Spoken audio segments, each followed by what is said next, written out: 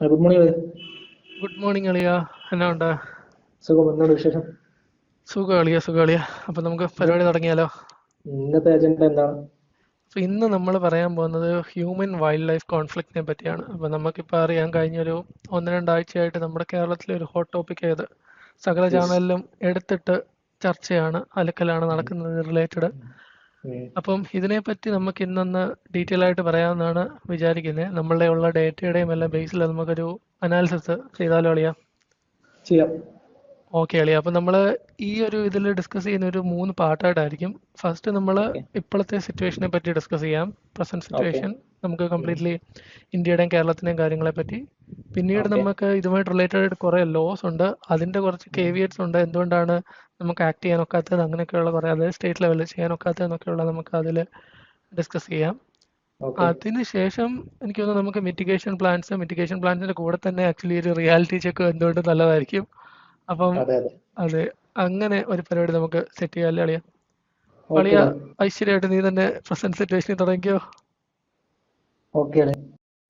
ഇന്ത്യയുടെ ഭൂവിസ്തൃതിയുടെ 21.76% ഫോറസ്റ്റാണ്. ഇത് ഏകദേശം 7.5 ലക്ഷം സ്ക്വയർ കിലോമീറ്റർ വരും. ഇത് ഫോറസ്റ്റ് സർവേ ഓഫ് ഇന്ത്യയുടെ റിപ്പോർട്ട് പ്രകാരമുള്ള ഡേറ്റയാണ്. ഇത് എല്ലാ 2 വർഷത്തിലും ഫോറസ്റ്റ് സർവേ ഓഫ് ഇന്ത്യ പ്രസിദ്ധീകരിക്കും. ഇത് എല്ലാവർക്കും ഡൗൺലോഡ് ചെയ്ത് വായിക്കാൻ പറ്റുന്നതേ ഉള്ളൂ. 2021 കണക്ക് വെച്ച് നോക്കുകയാണെന്നുണ്ടെങ്കിൽ 156.14 സ്ക്വയർ കിലോമീറ്റർ 2023 കൂടിയിട്ടുണ്ട്. കൂടി, അതായത് ഈ ഒരു ടൈമിൽ നമ്മുടെ ഇന്ത്യയുടെ ടോട്ടൽ ഇത് എടുക്കുകയാണെന്നുണ്ടെങ്കിൽ വനവിസ്തൃതി ആക്ച്വലി കൂടുക ചെയ്ത്, കുറയുകയല്ല ചെയ്ത്. യെസ്, കൂടുകയാണ്. 2021 കണക്ക് വെച്ച് നോക്കുകയാണെന്നുണ്ടെങ്കിൽ കൂടുകയാണ് ചെയ്തിരിക്കുന്നത്. ശരി ശരി. കേരളത്തിന്റെ ഒരു അവസ്ഥ വെച്ച് നോക്കുകയാണെന്നുണ്ടെങ്കിൽ കേരളത്തിന്റെ ഏകദേശം 29.66% ഫോറസ്റ്റ് ഏരിയ ആണ്. ഓക്കെ. കഴിഞ്ഞൊരു 10 വർഷം എടുത്ത് നോക്കുകയാണെന്നുണ്ടെങ്കിൽ കേരളത്തിന്റെ ഫോറസ്റ്റ് കവർ കൂടുകയാണ് ചെയ്തിരിക്കുന്നത്. ഏകദേശം 133.42 കിലോമീറ്റർ സ്ക്വയർ ഫോറസ്റ്റ് ഏരിയ കേരളത്തിൽ കൂടിയിട്ടുണ്ട്. ഓക്കെ. കേരളത്തിന്റെ വനവിസ്തൃതിയും കൂടുകയാണ് ചെയ്തിരിക്കുന്നത്. ഓക്കെ. ഇനിയും നമ്മളൊരു ആനിമൽ കൗണ്ട്സ് എടുത്ത് നോക്കുകയാണെന്നുണ്ടെങ്കിൽ നമ്മൾ ആഹാ. മെയിനായിട്ട് ഫോക്കസ് ചെയ്യുന്നത് കടുവയിലും ആനയിലുമാണ്. അതൊരു കീസ്റ്റോൺ സ്പീഷീസ് ആയതുകൊണ്ട് തന്നെ അതിനെ കോൺസെൻട്രേറ്റ് ചെയ്ത് നമ്മൾ കണക്കിലെടുത്ത് നോക്കുകയാണെന്നുണ്ടെങ്കിൽ ഒരു വനത്തിന്റെ ഏകദേശം അതിന്റെ ഹെൽത്തും അതിന്റെ ആവാസ വ്യവസ്ഥയുടെ അവസ്ഥയൊക്കെ നമുക്ക് മനസ്സിലാക്കാൻ പറ്റും. അതുകൊണ്ടാണ് കടുവയും എലിഫന്റും നമ്മൾ കൂടുതൽ ഫോക്കസ് ചെയ്യുന്നത്. ഓക്കെ. കീസ്റ്റോൺ സ്പീഷീസ് എന്താണെന്നോ ഒന്ന് പറഞ്ഞു കഴിഞ്ഞാൽ നല്ലതായിരിക്കും തോന്നുന്നു. എന്താണ് കീസ്റ്റോൺ സ്പീഷീസ് എന്നുകൊണ്ട് ഉദ്ദേശിക്കുന്നത് എന്നുള്ളത്?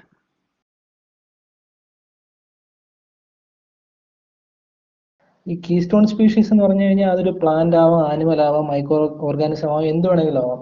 ആഹാ. ഇത് ഇതിന്റെ ഒരു പോപ്പുലേഷനും ഇതിന്റെ ഒരു ആവാസ വ്യവസ്ഥയും ബാക്കിയുള്ള കാടിന്റെ ആവാസ വ്യവസ്ഥയെ ബാധിക്കും. അതായത് ഇതിപ്പോ ഓക്കെ. ആനയുടെ പോപ്പുലേഷൻ കുറയുവാണെന്നുണ്ടെങ്കിൽ ബാക്കിയുള്ള ആവാസ വ്യവസ്ഥയെ ബാധിക്കും. അതെങ്ങനെയാണെന്ന് ചോദിച്ചാൽ ആന ഈ ഈ കാട്ടിൽ കൂടെ നടന്ന് വഴികൾ ഉണ്ടാക്കും. ഡ്രൗട്ട് ആയി കഴിയുമ്പോൾ ഈ പ്ലെയിൻസിന്റെ സൈഡിലൊക്കെ പോയിട്ട് കുഴിച്ച് കുഴികൾ ഉണ്ടാക്കി അവിടെയൊക്കെ ചെറിയ വാട്ടർ സ്റ്റോറേജ് ഏരിയാസ് ഉണ്ടാക്കും.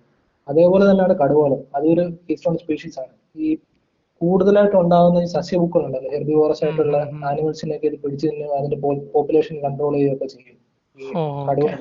ഒരു ഈ ഒരു കടുവകളുടെ എണ്ണം കുറഞ്ഞു കഴിയുമ്പോൾ ബാക്കിയുള്ള ഹെർബിവോറസ് കൂടുകയും ഗ്രാസ് ലാൻഡ്സിന്റെ അളവ് കുറയും, അതിന്റെ എണ്ണം കൂടും, അങ്ങനെയുള്ള പ്രശ്നങ്ങളുണ്ടാവും. അപ്പൊ അതിനെയൊക്കെ കൺട്രോൾ ചെയ്യുന്ന ഒരു മെയിൻ ആയിട്ടുള്ള ഘടകമാണ്, ഓക്കെ. കൊച്ചിയിലെ മെയിൻ ആയിട്ടുള്ള ഒരു ഘടകമാണ് ഈ രണ്ട് ആനിമൽസ്.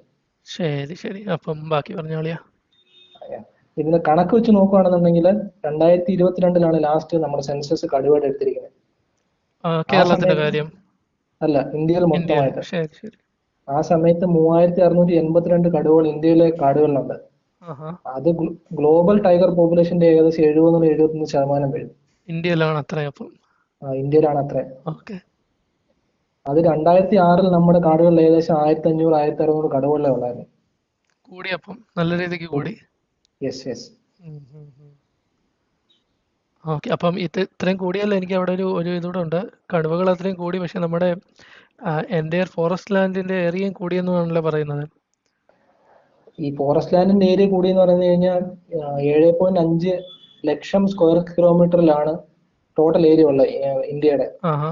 അതിലിപ്പം കഴിഞ്ഞ 2 വർഷത്തിനിടെ കൂടിയിരിക്കുന്ന ആകെ 156.14 കിലോമീറ്ററേ ഉള്ളൂ. അത് വളരെ ചെറിയൊരു ഏരിയ. ചെറിയൊരു എമൗണ്ട്. ഓക്കെ. ശരി ശരി. ഓക്കെ. അപ്പൊ നമുക്ക് അപ്പം അതിന് മേ ബി എന്നാ പറഞ്ഞേ, ആ ഒരു ഫോറസ്റ്റ് ലാൻഡിന്റെ കൂടിയതിനനുസരിച്ചുള്ളതിന്റെ അത്രയും ഈ കടുവകളെ എല്ലാം കൂടെ കീപ്പ് ചെയ്യാനുള്ള അത്രയും ഇത് മേ ബി ഇല്ലെന്ന് തോന്നുന്നില്ലേ? കാര്യം ഇത് ഒരുപാട് എണ്ണം കൂടി അതിന് എല്ലാത്തിനൂടെ എന്താ പറഞ്ഞേ ഇര പിടിക്കാനും അങ്ങനെയുള്ള മേ ബി ഉള്ള ഇതൊന്നും കിട്ടുന്നില്ലായിരിക്കണം. അപ്പം അതൊരു പ്രശ്നമാണ്. ആഹാ അതിലേക്ക് നമുക്ക് വരാം. ശരി ശരി അതൊരു ഓക്കെ പ്രശ്നമാണ്, ഫ്രാഗ്മെന്റൈസ് ചെയ്യുന്നത് ഒരു പ്രശ്നമാണ്. ശരി ഓക്കെ പിന്നെ ആനകളുടെ എണ്ണം എടുത്ത് നോക്കുകയാണെന്നുണ്ടെങ്കിൽ 2017 സെൻസസ് പ്രകാരം ആഹാ ഏകദേശം 30,000 ആനകൾ നമ്മുടെ ഇന്ത്യൻ കാടുകളിലുണ്ട്. ഓക്കെ 2022 സെൻസസിൽ നമുക്ക് റിപ്പോർട്ടുകൾ പ്രകാരം കിട്ടിയിരുന്ന ഏകദേശം 20% ആനകളുടെ പോപ്പുലേഷനിൽ കുറവ് സംഭവിച്ചിട്ടുണ്ട്. അതായത് ആനകളുടെ എണ്ണം കുറയുകയാണ് ചെയ്യുന്നത്. ഓക്കെ അപ്പം ഇത് രണ്ടും അങ്ങോട്ടും ഇങ്ങോട്ടും ഡിഫറെൻ്റ് ആയിട്ടില്ലേ? അതായത് ഈ കീസ്റ്റോൺ സ്പീഷീസിൽ ടൈഗറിന്റെ എണ്ണം അങ്ങോട്ട് കൂടുകയോ ആനയുടെ കുറയുകയാണ് ആക്ച്വലി ചെയ്യുന്നത്. Yes yes. ഓക്കെ ഓക്കെ ഇത് നമ്മൾ കേരളത്തിന്റെ ഒരു എണ്ണം എടുത്ത് നോക്കുകയാണെന്നുണ്ടെങ്കിൽ 2018 ഏകദേശം 190 കടുവകളായിരുന്നു കേരളത്തിലെ കാടുകൾ ഉണ്ടായിരുന്നത്. 2022 ആയപ്പോഴത്തേനും അത് 213 ആയി.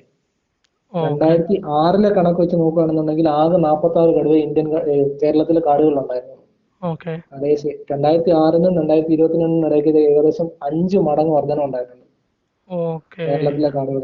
ഇനി ആനകളുടെ കാര്യം എടുത്ത് നോക്കുകയാണെന്നുണ്ടെങ്കിൽ 2023 കണക്ക് പ്രകാരം ഏകദേശം 1793 ആനകളുണ്ട് കേരളത്തിലെ കാടുകളിൽ.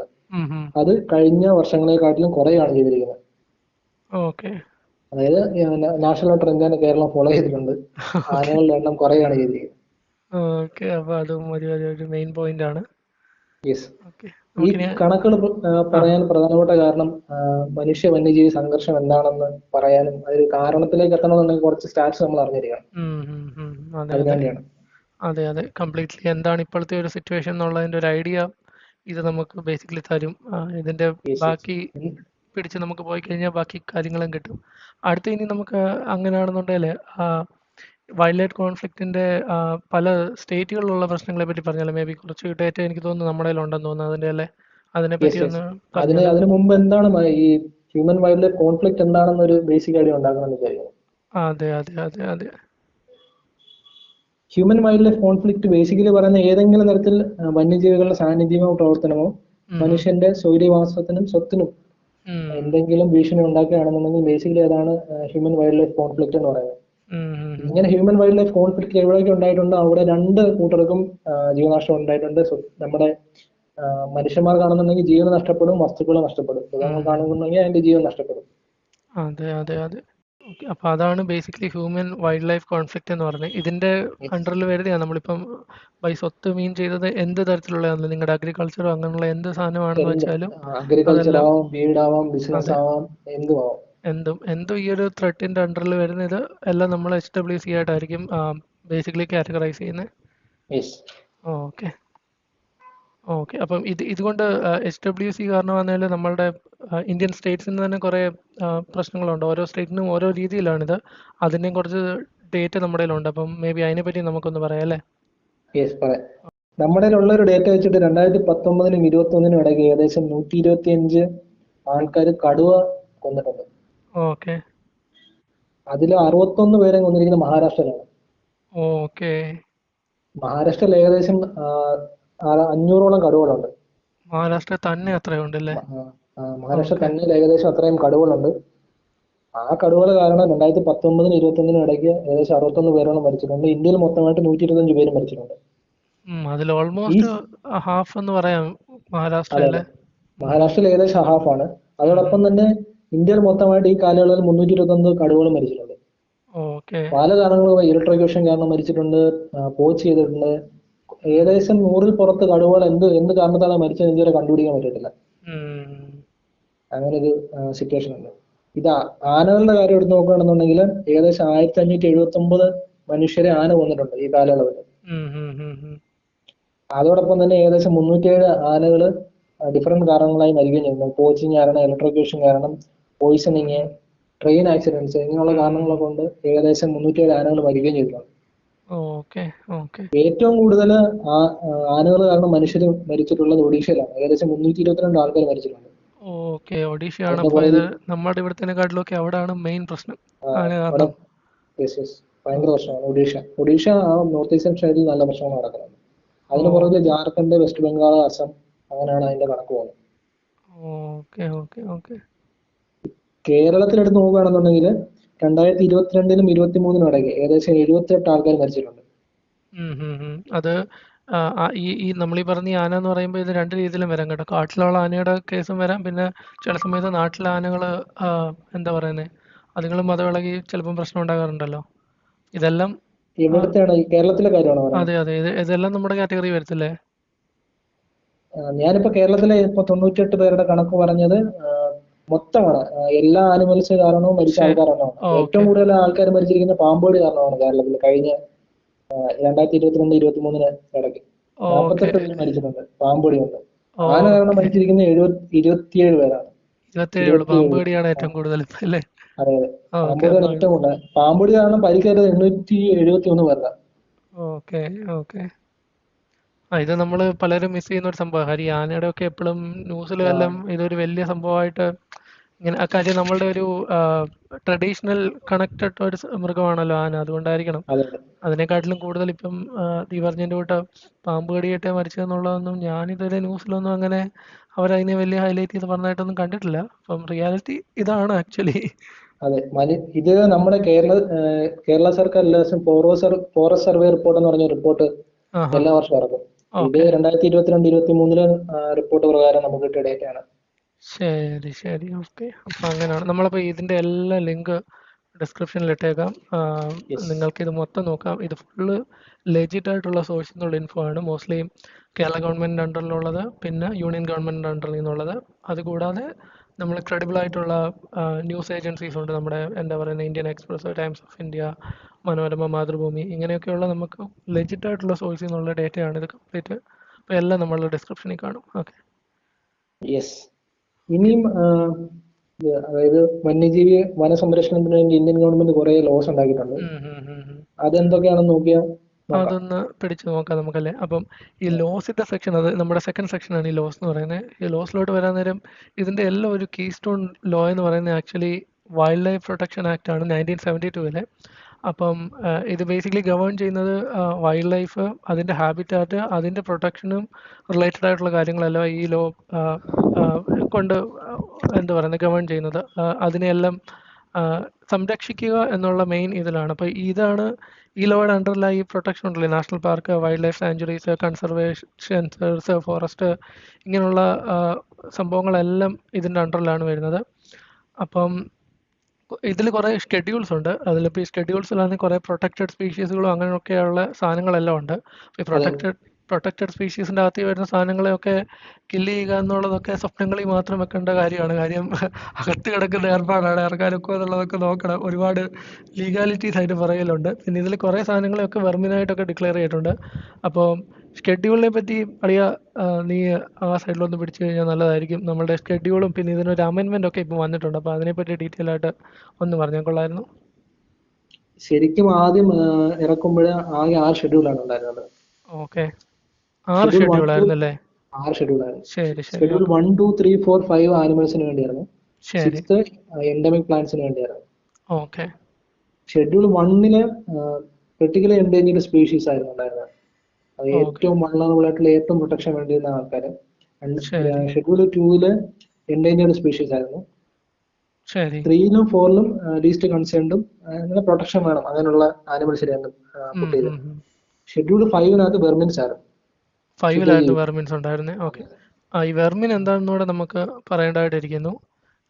വെർമിൻസ് എന്ന് പറഞ്ഞാൽ ശുദ്ധദ്രവ്യങ്ങൾ ഒരുപാട് എണ്ണത്തിൽ കൂടി നമ്മുടെ കൃഷിയും മനുഷ്യന്റെ സ്വൈര്യവാസം നശിപ്പിക്കുന്നതിനൊക്കെ ആയിരുന്നു കൂടുതലും വെർമിൻസ് ആയിട്ട് പറഞ്ഞത്. മെയിൻലി അതിനകത്തുണ്ടായിരുന്നത് നമ്മുടെ കോമൺ ക്രോവും കാറ്റ്സും മൈറ്റ്സും ഒക്കെ ആയിരുന്നു. അപ്പം ബേസിക്കലി വെർമിൻ കൊണ്ട് ഇത്രയേ ഉള്ളൂ ഉദ്ദേശിക്കുന്നത്. വെർമിൻ എന്ന് വെച്ച് കഴിഞ്ഞാൽ ക്ഷുദ്രജീവികളാണ്. നമ്മളുടെ മനുഷ്യനും അവരുടെ ആവാസ വ്യവസ്ഥയ്ക്കും എന്നെ പറഞ്ഞ നൂയിസൻസ് ഉണ്ടാക്കുന്ന ക്ഷുദ്രജീവികളാണ് ബേസിക്കലി വെർമിൻസ്. ഓക്കെ അല്ലേ? അപ്പൊ അത് ഷെഡ്യൂൾ 5-ലായിരുന്നു. അത് ഷെഡ്യൂൾ 5-ലായിരുന്നു. അതിനെ കൊല്ലാൻ നമുക്ക് ആരുടെയും പ്രൊട്ടക്ഷൻ വേണ്ടായിരുന്നു. എന്ന് വെച്ചാൽ ആരും അറിയണ്ട, നമ്മളിപ്പോ കൊന്നു കഴിഞ്ഞാൽ നമ്മൾ കേസൊന്നും ഇല്ല, ജയിലിലും കിടക്കേണ്ട ഒന്നുമില്ല. ആരുടെയും പ്രൊട്ടക്ഷൻ ഇൻ ദ സെൻസ് ആരുടെയും ഇത് വേണ്ടായിരുന്നു, അനുവാദം വേണ്ടായിരുന്നു. നമുക്ക് അതിനെ കൊല്ലുന്നതിന് ആരുടെയും അനുവാദം വേണ്ട, ആരോടും ചോദിക്കേണ്ട ഒരു കാര്യമില്ലായിരുന്നു. ഈ ഒരു പോയിന്റിലെ ഞാൻ ഒരു ടോപ്പിക് കൂടെ എടുത്തിടുവാണ്. ഈ വെർമിൻ കാറ്റഗറി നമുക്കറിയാം. ഈ കുറച്ച് നാളായിട്ട് കേരള ഗവൺമെന്റും സെൻട്രലും തമ്മിൽ ഒരു മൃഗത്തിന് വെർമിനായിട്ട് ആക്കണമെന്നൊക്കെ പറഞ്ഞുകൊണ്ട് പ്രശ്നം നടക്കുന്നുണ്ടല്ലോ. Wild board. അപ്പൊ ഈ കാട്ടുപന്നി ഏത് സെക്ടറിലാണ് വരുന്നത്? ഈ സെക്ഷനിൽ ഷെഡ്യൂളിൽ ഏതിലാണ് വരുന്നതെന്ന് പറഞ്ഞാൽ അതും ഇനീഷ്യലി കാട്ടുപന്നി വന്നിരുന്നത് ഷെഡ്യൂൾ 3-ലായിരുന്നു. 3-ലായിരുന്നല്ലേ? അപ്പം ഓക്കെ. പ്രൊട്ടക്ഷൻ വേണ്ടിയിരുന്ന സാധനമായിരുന്നു. നമുക്കതിനെ കൊല്ലണമെന്നുണ്ടെങ്കിൽ സംസ്ഥാനത്തിൽ ഒരു വൈൽഡ് ലൈഫ് വാർഡൻ ഉണ്ടായിരിക്കും. അത് സംസ്ഥാന സർക്കാർ നിയോഗിക്കുന്ന ആളാണ്. അയാളുടെ അനുവാദം വേണം. ഒരു ലോക്കൽ സെൽഫ് ഗവൺമെന്റ് ഇപ്പൊ വെർമിനായിട്ട് ഒരു വലിയ പ്രശ്നം ഉണ്ടാക്കുന്ന ഒരു പന്നിയെ കണ്ടുപിടിച്ചു. പന്നിയെ കൊല്ലണമെന്നുണ്ടെങ്കിൽ വലിയ വലിയ കടമ്പകൾ വേണം. ആദ്യം ഇവർക്ക് ബോധ്യപ്പെടണം. അത് കഴിഞ്ഞിട്ട് ഡിസ്ട്രിക്റ്റിലുള്ള ഒരാളുണ്ടായിരിക്കും, അയാൾക്ക് ബോധ്യപ്പെടണം. അത് കഴിഞ്ഞ് ഫോറസ്റ്റിലുള്ള ആൾക്കാർക്ക് ബോധ്യപ്പെടണം. ഫോറസ്റ്റിലുള്ള വൈൽഡ് ലൈഫ് വാർഡൻ അനുമതി കൊടുക്കണം. പിന്നെ ഇതിന് കൊല്ലാനുള്ള ലൈസൻസ് തോക്കുള്ള ഒരാൾ വേണം. അയാൾ വരണം, കൊല്ലണം, അയാൾക്ക് പൈസ കൊടുക്കണം. വലിയ പ്രശ്നമാണ്. പിന്നെ ഒരു സമാധാനമുള്ള അത്രയും നാളും പന്നി പിന്നെ നമ്മളുടെ ഇതെല്ലാം ലോസും റെഗുലേഷനും ഒക്കെ അറിയാവുന്നതുകൊണ്ട് പുള്ളിക്കാരൻ അവിടെ തന്നെ നിന്നോളൂ, പോകത്തില്ല. നമ്മള് ചെല്ലിടം വരെ അവിടെ തന്നെ വെയിറ്റ് ചെയ്തിരുന്നോളൂ. അതൊരു കാരണമാണ്. റീസെന്റ് ആയിട്ട് ഒരു അമെന്റ്മെന്റ് വന്നതിനകത്തിൽ ഈ ഷെഡ്യൂൾ 1 അങ്ങനെ ഉണ്ട്. 2, 3, 4 മെർജ് ചെയ്തിട്ട് ഷെഡ്യൂൾ 2 ആയി. എന്നിട്ട് ഷെഡ്യൂൾ 4 എന്ന് പറഞ്ഞിട്ട് ഇപ്പൊ സൈറ്റ്സ് എന്ന് പറഞ്ഞൊരു ബോഡിയാണ്. അത് ഇന്റർനാഷണൽ ബോഡിയാണ്. അതിന്റെ കുറച്ച് ലോസ് അക്കോമഡേറ്റ് ചെയ്യാൻ കൊണ്ട് ഷെഡ്യൂൾ 4 എന്ന് പറഞ്ഞിട്ട് ഒരു പുതിയ ഷെഡ്യൂൾ ഉണ്ടാക്കി. ഷെഡ്യൂൾ 3 മാറി. അപ്പൊ ഷെഡ്യൂൾ 3 പ്രൊട്ടക്ഷൻ ഓഫ് എൻഡമിക് പ്ലാന്റ്സിനെ ആഡ് ചെയ്യും. വെർമിൻ ഇല്ല, അങ്ങനെ ഒരു ഷെഡ്യൂൾ എടുത്തു കളയാം. കംപ്ലീറ്റ്ലി വെർമിനെ തട്ടി. ഇപ്പൊ അതായത് ഫുൾ കൺട്രോൾ സെൻട്രലിന്റെ കയ്യിലാണ്. ഇപ്പൊ എന്ത് ചെയ്യണമെന്നുണ്ടെങ്കിലും സെൻട്രലിലെ വെർമിനായിട്ട് ഒരു കാറ്റഗറി പറയണം. അല്ലെങ്കിൽ ഷെഡ്യൂൾ 62 പ്രകാരം ഇന്ന ഇത്ര പീരീഡിലേക്ക് വെർമിനായിട്ട് ഇത് ഡിക്ലെയർ ചെയ്യണം. അതെ. അത് പിന്നെ അവിടെ ഒരു മെയിൻ ഒരു പോയിന്റ് കൂടെ പറയാനുണ്ട്. ഇപ്പം ശിവൻ പറഞ്ഞതിന്റെ കൂട്ട് എന്നാ പറഞ്ഞേ, 62 അല്ലേടാ അത് കാറ്റഗറി? സെക്ഷൻ 62. അപ്പം 62 വെച്ചിട്ട് ഇങ്ങനെ ഡിക്ലെയർ ചെയ്യാൻ നോക്കും. ഇങ്ങനെ ആക്ച്വലി സെൻട്രൽ ഗവൺമെന്റ് നമ്മുടെ ഇന്ത്യയിലെ തന്നെ ചില സ്റ്റേറ്റിന് ചില സ്പീഷീസുകളെ വെർമിനായിട്ട് ഡിക്ലെയർ ചെയ്ത് കൊടുത്തിട്ടുണ്ട്. നമ്മുടെ കേരളത്തിന്റെ റിക്വസ്റ്റ് ഇതുവരെ അപ്രൂവ് ചെയ്തിട്ടില്ലെങ്കിലും ഇത് വേറെ പല സ്റ്റേറ്റിന് വേണ്ടി അപ്രൂവ് ചെയ്ത് കൊടുത്തിട്ടുണ്ടെന്ന് കൂടെ പറയണം.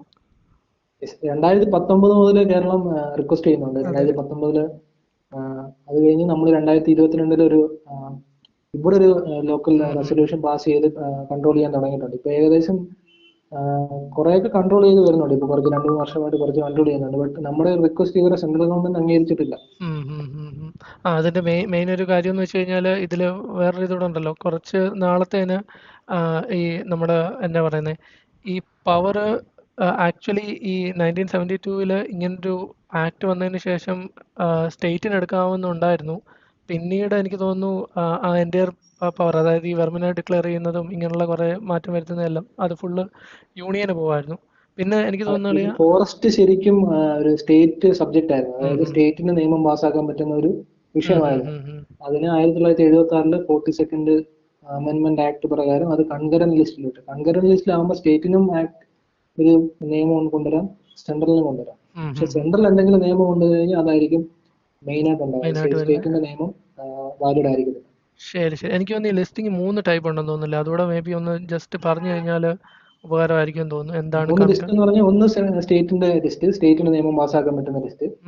2 യൂണിയന്റെ ലിസ്റ്റ്, സെൻട്രൽ ഗവൺമെന്റ് മാത്രമേ നിയമം പാസ്സാക്കാൻ പറ്റത്തുള്ളൂ. മൂന്നാമത്തെ എന്ന് പറഞ്ഞാൽ കൺകറന്റ് ലിസ്റ്റ്, 2 പേർക്ക് നിയമം പാസ്സാക്കും. ബട്ട് വെനവർ ഒരു യൂണിയൻ ഒരു നിയമം ഉണ്ടായി കഴിയുമ്പോൾ അത് എല്ലാ സ്റ്റേറ്റിലും അംഗീകരിച്ചേ പറ്റത്തുള്ളൂ. യൂണിയൻ റൂൾ ആണ് ബേസിക്കലി പ്രിവെയിൽ ചെയ്യുന്നത്. സെയിം സാധനത്തില് സ്റ്റേറ്റ് ഇപ്പോൾ ഒരു കാര്യം പറഞ്ഞു, യൂണിയൻ ഒരു കാര്യം പറഞ്ഞു. സ്റ്റേറ്റിന്റെ സംഭവം ആയിരിക്കത്തില്ല. കൺകറന്റ് ലിസ്റ്റിലാണെന്നുണ്ടെങ്കിൽ യൂണിയൻ അവിടെ ഒരു ഒപ്പീനിയൻ ഉണ്ട്. അതാണ് ഫുൾ ആൻഡ് ഫൈനൽ സ്റ്റഫ്. അങ്ങനെയാണ്. അതിനകത്ത് കുറെ വേറെ പൊളിറ്റിക്കൽ സിനാരിയോസ് ഉണ്ടായിട്ടുണ്ട്.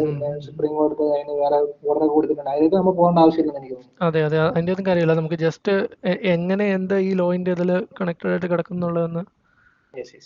പിന്നെ ഇതാണ് ഇത് 1972 ആക്ട്. അതെ, ഇതാണ് മെയിൻ ആക്ട് അല്ലേ. അതിനുശേഷം ഇതാണ് ഒരു അംബർല ആക്ട് എന്ന് വേണമെങ്കിൽ പറയാൻ പറ്റും. ഇത് വന്നതിന് ശേഷം എത്രയാണ് 6 നാഷണൽ പാർക്ക് എങ്ങാണ്ട് ഉണ്ടായിരുന്നുള്ളൂ ഇന്ത്യയിൽ ആ സമയത്ത്. ഇപ്പൊ 106 നാഷണൽ പാർക്ക് ഉണ്ട്. നമുക്കറിയാലോ അതിന്റെ എല്ലാം വനത്തിൽ ഇപ്പൊ കയറാൻ പറ്റത്തില്ല. ഇപ്പൊ ഇന്ന് വനത്തിൽ കയറി എന്തെങ്കിലും സാധനം എടുക്കാൻ പോലും നമുക്ക് പറ്റത്തില്ല. അതെ അത്രയും അതെ അത്ര സ്ട്രിഞ്ചന്റ് ആണ് ഈ ആക്ട്. അതെ അതെ അതെ അകത്ത് കിടക്കുന്ന പരിപാടിയാണ്. അതെ, ഇപ്പൊ അകത്ത് കിടക്കുന്ന ഇപ്പം ഇതിന്റെ ലോ പ്രകാരം ഇപ്പം ഇപ്പൊ ഷെഡ്യൂൾ 1 ഒരു മൃഗത്തെ കൊന്നു കഴിഞ്ഞാൽ 3 വർഷം തടവോ 25,000 രൂപ പിഴയേ ഉള്ളൂ. ഉം ഉം. അതേസമയം ഷെഡ്യൂൾ 2 ഒരു മൃഗത്തെ കൊന്നു കഴിഞ്ഞാൽ 1 ലക്ഷം രൂപ തടവും 1 ലക്ഷം രൂപ പിഴയും 3 വർഷം തടവും അങ്ങനെ എന്താണ്. അതിന്റെ എന്താണ് കാരണം എന്ന് എനിക്ക് അറിഞ്ഞൂടാ. അങ്ങനെയാണോ? ഷെഡ്യൂൾ 1 ആണല്ലോ, പക്ഷേ അല്ലേ കുറച്ചുകൂടെ. പക്ഷെ ഇതിനകത്ത് ഈ ലോ വന്നിരിക്കുന്നത് ഇങ്ങനെ, അതിന്റെ കാരണം എന്താണെന്ന് എനിക്ക് അറിഞ്ഞൂടാ. ഓക്കെ, അപ്പൊ നമുക്ക് ഡീറ്റെയിൽ ആയിട്ട് തപ്പിയെടുക്കാൻ നോക്കാം. പിന്നെ ഈ ഒരു ആക്ട് മാത്രമല്ല, വേറെ കുറെ ഉണ്ടല്ലോ, ഫോറസ്റ്റ് കൺസർവേഷൻ ആക്ടും പ്രൊട്ടക്ഷൻ ആക്ടും. പിന്നെ ഇതൊന്നും അല്ലാതെ IPC, അതായത് നമ്മളിപ്പോഴത്തെ ഭാരതീയ നിയമ സംഹിതയുടെ അണ്ടറിലും ആനിമലിനെ കില്ലിങ്ങിനും ഇതെല്ലാം കുറെ സെക്ഷൻ അണ്ടറിൽ വരുന്നുണ്ട്. അപ്പോൾ പണി കിട്ടുന്ന ഏർപ്പാട് ഏത് വഴി നോക്കി കഴിഞ്ഞാലും, അതായത് നിങ്ങളിപ്പോൾ നിങ്ങളുടെ സ്വയരക്ഷയ്ക്ക് ഇപ്പോൾ ഒരു ആനിമലിനെ തല്ലിക്കൊന്നെന്ന് പറഞ്ഞാലും പണി കിട്ടാനുള്ള എല്ലാ ചാൻസും അവിടെ ഉണ്ട്. സ്വയരക്ഷ ഒന്നാ പണിയാണ്, പക്ഷെ നമ്മൾ തെളിയിക്കണം. അതെ അതെ, പണിയൊന്നുമില്ല, പക്ഷെ നമ്മൾ തെളിയിക്കണം. തെളിയിക്കുന്നതാണ് ഇവിടുത്തെ തെളിയിക്കുന്നതൊക്കെ പ്രശ്നം. പ്രശ്നമാണല്ലോ. കാര്യം നമ്മള് പോയി പുള്ളിയോട് ചോദിക്കാനൊക്കത്തില്ലല്ലോ. പുള്ളിയുടെ വീട്ടുകാർ വിളിച്ച് കടുവച്ചേട്ടന്റെ ഇങ്ങനെയായിരുന്നു അതായിരുന്നു ഒക്കെ ഉള്ളത്. പിന്നെ ഇത് പലതും ഐ വിറ്റ്നസ്സും അങ്ങനെയൊക്കെ ഉണ്ടെങ്കിലൊക്കെ ചിലപ്പോൾ രക്ഷപ്പെടാം. അതെന്നൊക്കെ ഉണ്ടെങ്കിൽ ഇപ്പം hand to hand let's directly ഉള്ള ഒരു കോൺഫ്ലിക്റ്റ് ഒക്കെയാണ് ഇതൊക്കെ എത്രത്തോളം തെളിയിക്കാനൊക്കെ. പിന്നെ ഇത് കംപ്ലീറ്റ്ലി ഡിപ്പെൻസ് അല്ലേ, ഇങ്ങനെ സെൻസിറ്റീവ് ആയിട്ടുള്ള ഒരു സംഭവം ആയതുകൊണ്ട് അത് ഈ അതൊരു ഇതിന് ഇതാണ്. ഞാൻ ഇപ്പൊ ആന വന്നാലോ കടുവ വന്നാലോ നമുക്കൊന്നും ചെയ്യാൻ പറ്റുമെന്ന് എനിക്ക് തോന്നുന്നില്ല. ആന വന്ന പറയുന്നേക്കാളോ ഇങ്ങനെ സിക്സ് ആയിട്ട് ഓടണം എന്നൊക്കെയുള്ള കാര്യം. അതിന് അത്രയും വെയിറ്റ് ഉള്ള ഒരു ജീവിയായതുകൊണ്ട് പെട്ടെന്ന് തിരിയാനുള്ളതായിരുന്നു. പക്ഷെ കടുവയുടെ കാര്യമൊക്കെ വെച്ച് നോക്കുമ്പോൾ എനിക്ക് അവിടെ ഒന്നുമില്ല, കഴിഞ്ഞു, ഡൺ ആൻഡ് ഡസ്റ്റഡ്. ഈ അല്ലെന്നുണ്ടെങ്കിൽ ആന ഓടിച്ചാൽ നമ്മൾ എന്തുമാത്രം ദൂരം ഓടും. അതെ, ആന നല്ല സ്റ്റാമിന ഉള്ള സാധനമാണ്. അപ്പൊ ഇതൊക്കെ പറയാൻ എളുപ്പമാണെന്നുണ്ടെങ്കിൽ പറയാൻ പ്രാക്ടിക്കൽ എന്തുമാത്രമാണെന്ന് അതെ അതെ അതെ. അറിയാം. പിന്നെ ഈ കടുവയൊക്കെ എന്ന് പറയുമ്പോൾ തീർന്നു, നമുക്ക് അവിടെ ഒന്നും ഓപ്ഷൻ ഇല്ല. കാര്യം അത് പ്രിഡേറ്റർ ആണ് സാധനം. നോർമലി കടുവകൾ മനുഷ്യന്മാരെ ഉപദ്രവിക്കാറില്ല. ഇനി ഉം. ഇത് നാട്ടിലേക്ക് ഇറങ്ങുന്നതിനുള്ള കാരണം എന്താണ്? ഇത് നമ്മൾ അനലൈസ് ചെയ്തതനുസരിച്ച് ഉം ഉം. കുറച്ച് കാരണങ്ങൾ നമുക്ക് കിട്ടുന്നുണ്ട്. അതിന്റെ കാരണങ്ങൾ എന്താണെന്ന് നോക്കാം. ശരി ശരി, നമുക്കപ്പം അതിനെ പിടിക്കാം. അപ്പം അത് നമുക്ക് അടുത്തൊരു സെക്ഷനായിട്ട് തന്നെ പറയാം. ഇതിന്റെ Yes. HWC, അതിന്റെ മിറ്റിഗേഷന്, ഇതിന്റെ ഒരു റിയാലിറ്റി ചെക്ക് എന്താണ് നടക്കുന്നത് എന്നുള്ള കറങ്ങി Yes, yes. പറഞ്ഞോളി. അപ്പം ശരിക്കും ഇന്ത്യയുടെ വനവിസ്തൃതി കൂടുകയാണ് ചെയ്തിട്ടുള്ളത്. നമുക്ക് 1975 നമുക്ക് കിട്ടിയ ഡേറ്റ് വെച്ച് 1975 ഏകദേശം 16.89% വനം ഉണ്ടായിരുന്നത്. ഉം ഉം. അത് 2021 ഇന്ത്യയുടെ കണക്ക് നോക്കുകയാണെന്നുണ്ടെങ്കിൽ 21.71% അത് കൂടി. ഉം ഉം. പക്ഷെ കേരളത്തിന്റെ നമുക്കൊരു ഇന്ത്യൻ ഇൻസ്റ്റിറ്റ്യൂട്ട് ഓഫ് സയൻസിന്റെ ഒരു സ്റ്റഡി പ്രകാരം ഏകദേശം 1973 24,000 സ്ക്വയർ കിലോമീറ്റർ വനം ഉണ്ടായിരുന്നത് ഉം ഉം. 2016 ഏകദേശം 15,000 ചുരുങ്ങിയിട്ടുണ്ട്. അളിയ, ഞാൻ ഒന്ന് ഇന്ററപ്റ്റ് ചെയ്യുവാണേ. എടാ, യെസ്, നമ്മളങ്ങ് മേളിൽ ആദ്യം പറഞ്ഞായിരുന്നു കേരളത്തിന്റെ കൂടിയെന്ന്. അത് കഴിഞ്ഞ 10 വർഷത്തിലാണ്. ഇത് ഓക്കെ 1973 2016 ഇടയ്ക്കാണ്. ഓക്കെ, അത് കഴിഞ്ഞ 10 കൊല്ലത്തെ മാത്രം, ഇത് ഇത്രയും ലോങ് പീരീഡിന്റെ ടൈമിലെ കാര്യമാണ് ഈ പറയുന്നത്. അതെ അതെ. ശരി ശരി, ഓക്കെ ഓക്കെ. അപ്പം നമ്മൾ ആദ്യം പറഞ്ഞത് കഴിഞ്ഞ ഒരു റീസെന്റ് ഇയേഴ്സിലെ കാര്യമാണ്. Okay okay. ഇപ്പം ഇത് പറയുന്നത് 1973 കമ്പാരിസൺ ആണ്. ഇത് നമ്മുടെ സർക്കാരുകൾ തന്ന ഒരു ഡേറ്റ അല്ല, ഇന്ത്യൻ ഇൻസ്റ്റിറ്റ്യൂട്ട് ഓഫ് സയൻസിന്റെ ഒരു സ്റ്റഡിയുടെ ബേസിസിലാണ് ഈ പറയുന്നത്. ഈ കുറഞ്ഞിരിക്കുന്ന ഏരിയകളിൽ പ്ലാന്റേഷൻ ഉണ്ടായിട്ടുണ്ട് എന്നാണ് ഈ റിപ്പോർട്ട് പ്രകാരം നമുക്ക് മനസ്സിലാവുന്നത്. പ്ലാന്റേഷൻ ഉണ്ടാകുമ്പോൾ എന്ത് സംഭവിക്കുന്നുള്ള ഈ കണ്ടിന്യൂസ് ആയിട്ടുള്ള കാടുകളുണ്ടല്ലോ, കാടുകളിൽ നിന്ന് ഫ്രാഗ്മെന്റൈസ് ആവും. അതായത് കണ്ടിന്യൂസ് ആയിട്ട് ഇപ്പൊ ഒരു ആനയ്ക്കൊരു ആന താരയുണ്ട് അല്ലെങ്കിൽ ഒരു കോറിഡോർ ഉണ്ടെന്നുണ്ടെങ്കിൽ അത് ഫ്രാഗ്മെന്റൈസ് ആവും. ഇതിനിടയ്ക്ക് വില്ലേജസുകൾ വരും, ആൾക്കാരുടെ താമസം വരും, സെറ്റിൽമെന്റ്സുകൾ വരും. അതിന്റെ സ്വൈര്യമായിട്ടുള്ള വിഹാരത്തെ ബാധിക്കും. ഒന്നാമത്തെ കാര്യം. കടുവകൾക്കും കണ്ടിന്യൂസ് ആയിട്ടുള്ള ടെറിട്ടറികൾ കുറയും, റിസോഴ്സസുകൾ കുറയും.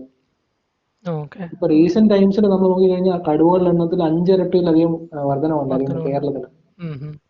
അപ്പോൾ ഈ ടെറിട്ടറിക്ക് വേണ്ടിയുള്ള അടികൾ എന്തായാലും നമുക്കറിയാം. കടുവ എന്ന് പറയുന്ന ഒരു ടെറിട്ടറി ഉണ്ടാക്കുന്ന ഒരു ജീവിയാണ്.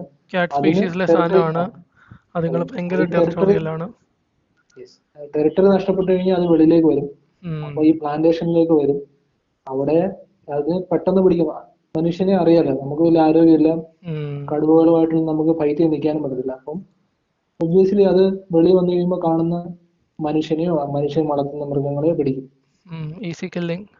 ഇതിലെ വേറൊരു പോയിന്റ് എന്ന് വെച്ച് കഴിഞ്ഞാൽ ഈ ടെറിട്ടറി നഷ്ടപ്പെടുന്ന ബേസിക്കലി അടിയാണ്. നമ്മുടെ ഈ പൂച്ചകൾ ഓരോ സെക്ടറിന് വേണ്ടി കിടന്ന് അടി ഉണ്ടാക്കാൻ നമ്മൾ കാണത്തില്ലേ, അവിടെ കിടന്ന് അതേ സെയിം പരിപാടി. അപ്പം വീക്കസ്റ്റ് ആയിട്ടുള്ളവനെ തല്ലി ഓടിക്കുകയാണ് ആനിമൽ സോ വീക്കസ്റ്റ് ആയിട്ടുള്ളവനെ തല്ലി ഓടിക്കുന്നതാണ് ആനിമൽ കിങ്ഡത്തിലെ പരിപാടി. അപ്പോൾ അതുങ്ങൾ നാട്ടിലോട്ട് വരുന്നു. പക്ഷേ നാട്ടിൽ വരാൻ നേരം ഇത് കാട്ടിലായിരിക്കണം വീക്ക് എന്ന് പറയുന്നത്. നാട്ടിൽ വരുമ്പോൾ അതിനൊരു ഈസി പ്രേ ആണ് നമ്മുടെ ഇവിടുത്തെ എന്താ ഡൊമസ്റ്റിക്കേറ്റഡ് ആയിട്ടുള്ള ആനിമൽസും നമ്മൾ മനുഷ്യരും എല്ലാം. അപ്പോൾ വൺസ് അതിൻ്റെ ഒരു ഇത് പിടികിട്ടി കഴിഞ്ഞാൽ, കാര്യം ഈസി ആയിട്ട് പ്രേനെ പിടിക്കാനൊക്കും കഴിക്കാനൊക്കെ ഒന്ന് മനസ്സിലാക്കി കഴിഞ്ഞാൽ ബേസിക്കലി ആ ഒരു ഏരിയ തന്നെ ചുറ്റിപ്പറ്റി അങ്ങ് നിൽക്കാനാ സാധ്യത കൂടുതലല്ലേ? അതെ അതെ, ഒന്നാമത്തെ കാര്യം അതാണ്. പിന്നെ വനത്തിനകത്തെ റിസോഴ്സസുകൾ പറയുമ്പോൾ വെളിയിലേക്ക് വരും. ഇപ്പൊ ക്ലൈമറ്റ് ചേഞ്ച് ഒരു പ്രധാന കാരണമാണെന്ന് പറയുന്നുണ്ട്. കാരണം വനത്തിനുള്ള റിസോഴ്സസ് കുറയും, വെള്ളത്തിന്റെ അളവ് കുറയും, അങ്ങനെയൊക്കെ ഉള്ളപ്പോൾ അത് വെളിയിലേക്ക് വരും. പിന്നെ ആനകളുടെ കാര്യം സെയിം തന്നെയാണ്. വനത്തിലുള്ള റിസോഴ്സസ് പറഞ്ഞു കഴിയുമ്പോൾ അത് വെളിയിലേക്ക് വരും, നാട്ടിലിറങ്ങും. നാട്ടിൽ നമ്മൾ വളർത്തുന്ന ചക്കയും മാങ്ങയും പറിച്ചു തിന്നും, വാഴത്തോട്ടങ്ങൾ നശിപ്പിക്കും. ബേസിക്കലി ഇതാണ് സംഭവിക്കുന്നത്. ഇതിന് നമ്മൾ കുറെ എന്താ പറയാ ബാരിയേഴ്സും പരിപാടിയും ഒക്കെ ഗവൺമെന്റ് ചെയ്യുന്നുണ്ട്. കാര്യം നമുക്കറിയാം പലയിടത്തും ഇലക്ട്രിക് ഫെൻസിങ്. ആനകളുടെയും കടുവകളുടെയും കാര്യമാണ് പറഞ്ഞത്. നമുക്ക് നിരന്തര ശല്യമായ വേറെ കുറെ മൃഗങ്ങളുണ്ട്. Wild bore, കുരങ്ങന്മാര്, മയിലുകള്. ഇതിനെ കൺട്രോൾ ചെയ്യാനെ കൊണ്ട് ഒന്നും ചെയ്യാൻ പറ്റുന്നില്ല എന്നുള്ളത്. കുറച്ചൊക്കെ ചെയ്യാൻ പറ്റുന്നുണ്ട്. ഇപ്പൊ വൈൽഡ് ബോൾസിന്റെ കാര്യം കേരളം ഇനിഷ്യേഷൻ എടുത്തിട്ടുണ്ട്. പക്ഷെ അത് അത്ര എഫക്റ്റീവ് ആണെന്ന് പറയാൻ ഒക്കത്തില്ല. കാര്യം എന്താണെന്ന് വെച്ച് കഴിഞ്ഞാൽ നമ്മുടെ ഉള്ള ഡേറ്റ വെച്ചിട്ടാണ് കേരളത്തിൽ മൊത്തം ഇപ്പം കറന്റ്ലി ഒരു 7000 ലൈസൻസ്ഡ് ഗണ്ണ് യൂസ് ചെയ്യാൻ ലൈസൻസ് ഉള്ളവരേ ഉള്ളൂ. അതിൽ എത്ര പേരിങ്ങനെ ഗവൺമെന്റ് റിക്വസ്റ്റിൽ ഇതിനെ കില്ല് ചെയ്യാൻ വരുമെന്നൊന്നും നമുക്ക് പറയാനൊക്കത്തില്ല. പിന്നെ ഇവരുടെ റെമ്യൂണറേഷൻ ഈസ് എ പ്രോബ്ലം. അതും ഇവർ ഇപ്പോൾ ഒരു പ്രശ്നമുണ്ടല്ലോ. എനിക്ക് തോന്നുന്നു 1000 കണ്ടാന്ന് ഇപ്പം അലോ ചെയ്തേക്കുന്നത്. അത് കൂട്ടണമെന്നെല്ലാം പറഞ്ഞുകൊണ്ട് അപ്പം ആളിനെ കിട്ടുന്നതൊക്കെ വലിയതാ. ഇപ്പം പിന്നെ ഈ നമ്മൾ നേരത്തെ പറഞ്ഞതിൻ്റെ കൂട്ട് സെൻട്രലിൻ്റെ ഇങ്ങനെയൊക്കെ ഇതുണ്ടെന്ന് പറഞ്ഞാലും കേരളത്തിലൊരു സ്പെഷ്യലായിട്ട് ഇത് പാസ്സാക്കിയിട്ടാണ് ഇതിനെ കള്ള് ചെയ്യാൻ നോക്കുന്നത്. അപ്പം അതിലും ഉള്ളൊരു സീനെന്ന് വെച്ച് കഴിഞ്ഞാൽ അതും ഈ പറഞ്ഞതിൻ്റെ കൂടെ കുറേ ഇതുണ്ടല്ലോ. മേളിൽ നിന്ന് ഒരു ഓർഡർ, പിന്നെ പഞ്ചായത്ത് ലെവലിൽ വരണം, അവിടുന്ന് അവർ ഇത് അപ്രൂവ് ചെയ്യണം. അപ്രൂവ് ചെയ്തിട്ട് പിന്നെ ഇത് ലൈസൻസ് ഉള്ളൊരു ഗൺമാനെ കണ്ടുപിടിച്ച് അയാൾക്ക് ഇത് ഏൽപ്പിക്കണം. സോ ഇതത്ര ഈസി പരിപാടിയല്ല. എല്ലാ പഞ്ചായത്തിലും അവിടെ ഇവിടെയൊക്കെ നമുക്ക് ഇങ്ങനെ ലൈസൻസ്ഡ് ആയിട്ടുള്ള ആൾക്കാരുണ്ടെന്നും പറയാനൊക്കത്തില്ല. അതെ, വെർമിൻ എന്ന് പറഞ്ഞൊരു കാറ്റഗറി ഉണ്ടാക്കുകയാണെന്നുണ്ടെങ്കിൽ ഈസിയാണ്. നമുക്ക് സിറ്റിസൺസിന് കൺട്രോൾ ചെയ്യാൻ പറ്റും, ഗവൺമെന്റ്സിനും വളരെ ഈസി ആയിട്ട് തന്നെ കൺട്രോൾ ചെയ്യാൻ പറ്റുന്ന ഒരു മെഷർ ഉണ്ടാക്കാൻ പറ്റുന്നത്. അതെ, ഇതിന്റെ മെയിൻ പോയിന്റ് ഇത്രയേ ഉള്ളൂ. ആവശ്യത്തിന് വേണമെല്ലാം.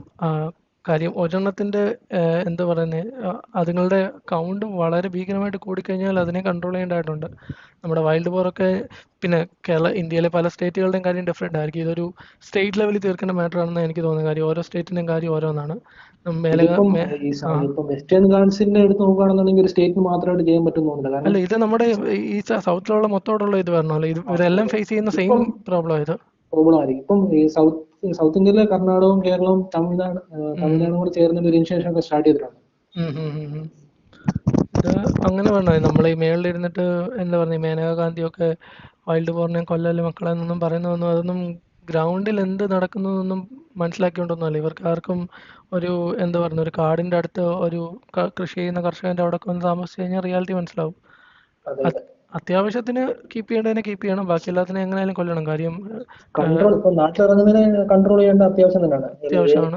ഏത് മൃഗമാണെന്നുണ്ടെങ്കിലും. അതെ, പിന്നെ ആന ഇങ്ങനെയുള്ള കടുവ ഇങ്ങനെയുള്ളതിനൊക്കെ നമുക്ക് പിന്നെയും പറയാം, അത് അതിന്റെ എണ്ണം കുറവാണ് അങ്ങനെയൊക്കെ ഉള്ളതെന്ന് വെച്ചാൽ നമുക്ക് ഈ വൈൽഡ് ബോറിന്റെ കാര്യമൊക്കെ അറിയാം. നമ്മുടെ ഇവിടെ തന്നെ എന്തോരം കളിയാ, ഒരു പരിപാടി ചെയ്യാനൊക്കെ ഒരു പരിപാടിയില്ല, ഇവിടെ ഒന്നും ഇല്ലല്ലോ. അപ്പോ അതാണ് അതിലൊരു പ്രശ്നം. അതാണ്. അതുപോലെ തന്നെ കുരങ്ങും ഇപ്പൊ ഒരു വലിയ പ്രശ്നമല്ലേ. അതെ അതെ, കുരങ്ങിനെ നമുക്ക് ഒരു ഇതിന് കൺട്രോൾ ചെയ്യാൻ പറ്റും. ഇപ്പൊ ഗവൺമെന്റിന് കുറെ ഇനിഷ്യേഷൻ ഉണ്ട് ഇതിനെ കൺട്രോൾ ചെയ്യാൻ. വൈൽഡും ഇത് ഇലക്ട്രിക് ഫെൻസിങ് ആണെന്നുണ്ടെങ്കിലും വലിയ ട്രെഞ്ചുകൾ കുഴിക്കുന്നതാണെന്നുണ്ടെങ്കിലും ഇങ്ങനെയുള്ള കുറെ മെഷേഴ്സുകൾ ചെയ്യുന്നുണ്ടെങ്കിലും കുരങ്ങിനെയൊക്കെ കൺട്രോൾ ചെയ്യാനെ കൊണ്ട് നടക്കുന്ന പരിപാടിയല്ല. ഇപ്പൊ ഈ കഴിഞ്ഞ 2 ആഴ്ച മുന്നേ ഒരു ന്യൂസ് ഉണ്ടായിരുന്നു. കേരള ഗവൺമെന്റ് ഇവിടുത്തെ കുരങ്ങുകളുടെ, കാട്ടിലെയും നാട്ടിലെയും കുരങ്ങുകളുടെ ഒക്കെ സെൻസസ് എടുക്കുന്നോ ഇതിനെ കൺട്രോൾ ചെയ്യാൻ വേണ്ടിയുള്ള വഴിയെ പറ്റി ആലോചിക്കാൻ വേണ്ടി. പക്ഷേ അതെനിക്ക് ഒരു പ്രാക്ടിക്കൽ ഇതായിട്ട് തോന്നുന്നില്ല. പിന്നെ അല്ലേ ഉള്ള നടക്കുന്ന പരിപാടി മേ ബി എന്താ പറയുന്നത്, വന്യീകരണോ അങ്ങനെയൊക്കെയുള്ള എന്തെങ്കിലുമൊക്കെ പരിപാടിയൊക്കെ നടത്തുക എന്നുള്ളതേ ഉള്ളൂ. കാര്യം ഇത് ചാടി മരത്തിന്റെ കൊണ്ടേ കൂടെ നടക്കുന്ന ഒരു സംഭവമാണല്ലോ. അതിനൊന്നും ചെയ്യാനൊക്കത്തില്ല. ഈ ഇലക്ട്രിക് ഫെൻസിങ്ങും ട്രെഞ്ച് ഉണ്ടാക്കുന്നതും വോൾ ഉണ്ടാക്കുന്നതും ബയോ ഫെൻസിങ് പോലത്തെ സംഭവമൊക്കെ ചെയ്യാമെന്ന് പറഞ്ഞാലും പിന്നെ വേറെ കാര്യം ഉണ്ടല്ലോ, ഇതെല്ലാം ഉണ്ടെന്ന് പറഞ്ഞാലും ഇതിനെയൊക്കെ പ്രോപ്പറായിട്ട് മെയിൻറ്റെയിൻ ചെയ്യണമെന്നുള്ളൊരു മെയിൻ ഇതുണ്ട്. ഇന്ന് വന്നൊരു കുഴി എടുത്തിട്ടിട്ട് പോയിട്ട് 10 കൊല്ലം കഴിയുമ്പോഴത്തേക്ക് സെറ്റ് ആവുമെന്ന് വിചാരിച്ചത് നടക്കത്തില്ലല്ലോ. അത് നടക്കത്തില്ല. പിന്നെ അതാണ്. ഇതിനൊക്കെ ഇതൊക്കെ പ്രശ്നങ്ങൾ ഉണ്ടാകുമ്പോൾ കോമ്പൻസേഷൻ പെട്ടെന്ന് കൊടുക്കാനുള്ള ഒരു അത് ഒരു മെയിൻ പ്രൊവിഷനും കൂടെ പോയിന്റ്. ഉണ്ടാക്കണം. ഒരാൾ മരിച്ചു, അതിട്ട് കുറെ നാൾ കഴിഞ്ഞിട്ട് അയാൾക്ക് പൈസ ഇട്ടിട്ട് അയാൾ കുടുംബക്കാർക്ക് പൈസ ഇട്ടിട്ട് കാര്യമില്ല. അല്ലെങ്കിൽ പരിക്ക് കാര്യമില്ല. പറ്റി കുറെ നാൾ കഴിഞ്ഞിട്ട് കിട്ടിയിട്ട് കാര്യമില്ല. അല്ലെങ്കിൽ റോപ്പ് നശിച്ചു, അന്നേരം തന്നെ കോമ്പൻസേഷൻ കിട്ടണം. അയാളെ സർവൈവ് ചെയ്യാനും കൊണ്ട് സപ്പോർട്ട് ചെയ്യാനും പെട്ടെന്ന് അതെ. സപ്പോർട്ട് ചെയ്യാൻ പറ്റുന്ന രീതിയിൽ മെഷേഴ്സ് ഉണ്ടാകും. അതെ, പിന്നെ വേറൊരു പോയിന്റ് കൂടെ ഉണ്ട്. ഒരാൾ മരിച്ചു കഴിഞ്ഞിട്ട് ഇവിടെയുള്ള അതോറിറ്റി എല്ലാം ആക്ട് ചെയ്യത്തുള്ളൂ. അതിന് മുന്നേ ആർക്കും ഇതൊന്നും ഒരു പ്രശ്നമല്ല. ഇപ്പൊ ആന വന്നു, കടുവ വന്നു. മുന്നേ ഇത് ആക്ട് ചെയ്യണമെന്നുണ്ടെങ്കിൽ ഒന്നെങ്കിൽ മനുഷ്യന്റെ ജീവനോ സമ്പത്തിനോ എന്തെങ്കിലും പ്രശ്നം ഉണ്ടാക്കുന്നെന്ന് വൈൽഡ് ലൈഫ് വാർഡന് ബോധ്യപ്പെടണം. വൈൽഡ് അതാണ് ലൈഫ് വാർഡൻ സിംഗിൾ ഹാൻഡ്ലി ഇതെടുത്ത് മേളിലേക്ക് എന്തെങ്കിലും പ്രശ്നമാകുമ്പോഴേ പുള്ളിക്കും പറയാൻ പറ്റത്തുള്ളൂ അല്ല, ഇങ്ങനെ ഒരു സംഭവം സംഭവിക്കാം. അങ്ങനല്ല. അത് നമ്മൾ ആ രീതിയിൽ പോകുന്നത്. ഇതിപ്പോ നമ്മുടെ ബാരിയേഴ്സും ഇൻഫ്രാസ്ട്രക്ചേഴ്സും ഒക്കെ ഉണ്ടല്ലോ, ഓക്കെ. ഫെൻസിങ്ങും ട്രെഞ്ചസും ബയോ ഫെൻസിങ് പോലത്തെ സംഭവങ്ങളെല്ലാം, ഇതൊക്കെ അതിന്റെ റൂട്ടും അതെ, ഇതൊക്കെ മെയിൻറ്റെയിൻ ചെയ്യേണ്ട ഒരു ഇതുണ്ടല്ലോ. മീൻസ് ഒരാൾ മരിക്കുമ്പോൾ പോയിട്ട് അയാൾ കുഴി കുഴിച്ച് നേരത്തെ ഉണ്ടാക്കി കുഴിയുടെ ആരും കൂട്ടും എന്തായാലും ചെയ്യേണ്ട കാര്യമില്ലല്ലോ. ഇതൊക്കെ റെഗുലർലി ചെയ്യേണ്ട കാര്യമാണ്. മറ്റേത് എങ്ങനെയായാലും നമ്മുടെ കയ്യിലല്ല കാര്യം. കംപ്ലീറ്റ്ലി ലോയിൽ സറൗണ്ടഡ് ആയിട്ടുള്ള പരിപാടിയാണ്. അതിലൊന്നും ചെയ്യാനൊക്കത്തില്ല. പിന്നെ ചെയ്യാനൊക്കുന്ന പരിപാടികൾ നല്ല രീതിയിൽ ചെയ്യുക എന്നുള്ളതേ ഉള്ളൂ. അപ്പം ഉം. അത്രേ ഉള്ളൂ. പിന്നെ ഒരു കാര്യം കൂടെ പറയാനുള്ളത്, ഈ ഫ്രാഗ്മെന്റൈസ് ആയിട്ടുള്ള കാടുകളിലൊക്കെ മറ്റേ കോറിഡോർസ് ഒക്കെ ഉം. ഉണ്ടാക്കണം. അതായത് ഈ ആനകൾക്ക് പോകാനുള്ള കോറിഡോറുകൾ അങ്ങനെയുള്ള സംഭവങ്ങളൊക്കെ ഉണ്ടായിരുന്നുണ്ടെങ്കിൽ വീണ്ടും കോൺഫ്ലിക്റ്റുകൾ വീണ്ടും വീണ്ടും ഉണ്ടാവും. പിന്നെ കമ്മ്യൂണിറ്റിയിലെ ലോക്കലായിട്ടുള്ള കമ്മ്യൂണിറ്റിയിലെ ആൾക്കാർക്ക് അവയർനെസ് കൊടുക്കണം. അതെ, അതെ, എങ്ങനെ പെട്ടെന്ന് ഒരു സംഭവം വന്നു കഴിഞ്ഞാൽ എങ്ങനെ മിറ്റിഗേറ്റ് ചെയ്യണം, എങ്ങനെ റിയാക്ട് ചെയ്യണം. അതെ, അതെ. പിന്നെ പിന്നെ ഒരു കാര്യം ഞാനിവിടെ ഇവിടെ ആഡ് ചെയ്യാൻ ആ, ആഗ്രഹിക്കുന്നതെന്ന് വെച്ച് കഴിഞ്ഞാൽ, നമ്മളുടെ ട്രഡീഷനുമായിട്ട് ഭയങ്കരമായിട്ട് കണക്റ്റഡ് ഒരു സാധനം ആന. ബട്ട് മനസ്സിലാക്കേണ്ട സാധനം, ആന ഒരു വൈൽഡ് ആനിമലാണ്. അതൊരു ഇപ്പം നമ്മളിവിടെ എല്ലാം എല്ലാവരും ഭയങ്കര കാര്യമായിട്ട് എന്താ പറയുക, ആനപ്രേമികളും അതും ഇതും നമുക്കറിയാം കാര്യങ്ങളിലല്ലേ. ഭയങ്കര സെൻസിറ്റീവ് ആയിട്ടുള്ളൊരു മൃഗമാണ്. അതൊരു സോഷ്യൽ ആനിമലാണ് ആന. അപ്പോൾ അതിനെ ആ രീതിയിലാണ് കാണേണ്ടത്. അത് അതിങ്ങനെ റിലീജിയനുമായിട്ടും നമ്മുടെ ട്രഡീഷനുമായിട്ടെല്ലാം കണക്ട് ചെയ്ത് കിടക്കുന്നതുകൊണ്ടാണ് ഇങ്ങനെ. ബട്ട് അതൊരു വൈൽഡ് ആനിമലാണ്. നമ്മുടെ വിജയകുമാർ എന്നല്ലായിരുന്നു പുള്ളിക്കാരൻ്റെ പേര്? അതെ, പുള്ളിക്കാരന് എല്ലാം പറഞ്ഞതിൻ്റെ കൂട്ടി ഇതൊരു സെൻസിറ്റീവ് മൃഗമാണ്. അതിന് ആ രീതിയിൽ കാണണം. അതെ, അത് അപ്പം അത്രേ ഉള്ളൂ. അപ്പോൾ അത്രേ ഉള്ളൂ. അപ്പം നമ്മളുടെ അനാലിസിസ് ഇത്രയാണ്. കംപ്ലീറ്റ് ആയിട്ട് നമ്മൾ ഡിസ്ക്രിപ്ഷനിൽ ഇട്ടേക്കാം. ഡേറ്റ നോക്കണമെന്നുള്ളവർക്ക് അത് ചെക്ക് ചെയ്യാവുന്നതാണ്.